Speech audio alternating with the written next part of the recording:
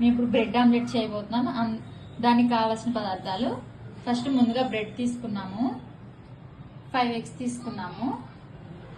దానిలో కావాల్సింది ధనియాల పౌడర్ అండ్ ఇది పెప్పర్ పౌడర్, ఇది సాల్ట్, ముందుగా కట్ చేసి పెట్టుకున్న ఆనియన్స్, టమాటో, మిర్చి, ఇది గరం మసాలా, ఇది కొత్తిమీర, ఇది కారపొడి, ఫ్రెష్ గా మిక్సీ పట్టుకున్న జింజర్ గార్లిక్, ఇది విస్కర్.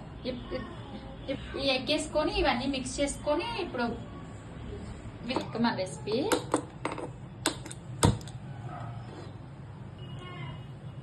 ఇది బ్రెడ్స్ రోస్ట్ చేసుకోవటానికండి. ఇది ఫ్రెష్ గా చేసుకున్న గీ, ఇది హోమ్ మేడ్ గీ అనమాట. మీ ఇష్టం చీజ్ అయినా వేసుకోవచ్చు, అది మీ చాయిస్ అనమాట. ఫస్ట్ బ్రెడ్ ని రోస్ట్ చేసుకోవాలి. గీ వేసుకొని 2 sides.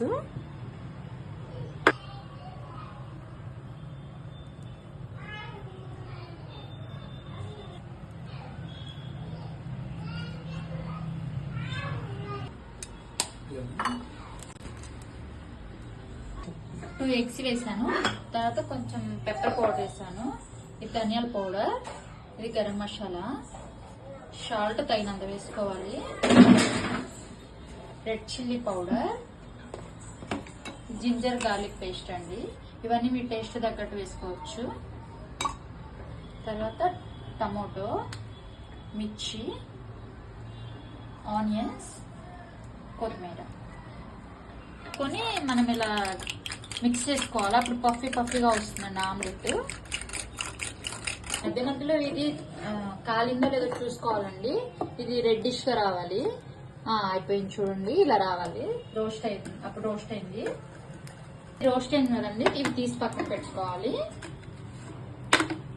ఆయిల్ అప్లై చేసాము. తర్వాత మనం ప్రిపేర్ చేసి పెట్టుకున్న ఈ మిక్సర్ ని వేసి ఆమ్లెట్ లాగా వేసేసుకున్నాం.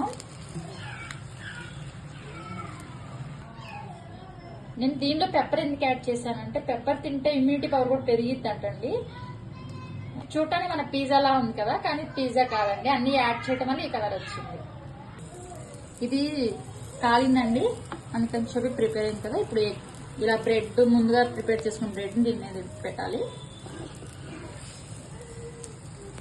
ఆ తర్వాత ఎడ్జెస్ ని ఇలా క్లోజ్ చేసేయాలి. ఇలా ఫోల్డ్ చేసుకోవాలి.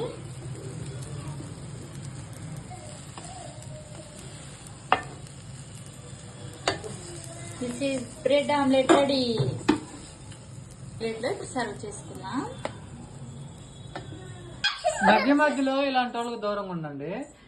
ఇది తినడానికి ఇలా ఆనియన్స్, ఇలా కొత్తిమీర ఇలా సర్వ్ చేసి పెట్టుకుందాం.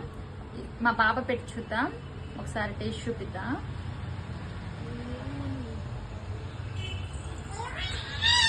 ఎలా ఉందా అనిత?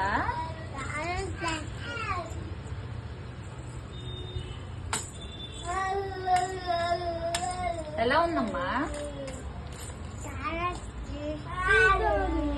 Thank you Danvitha.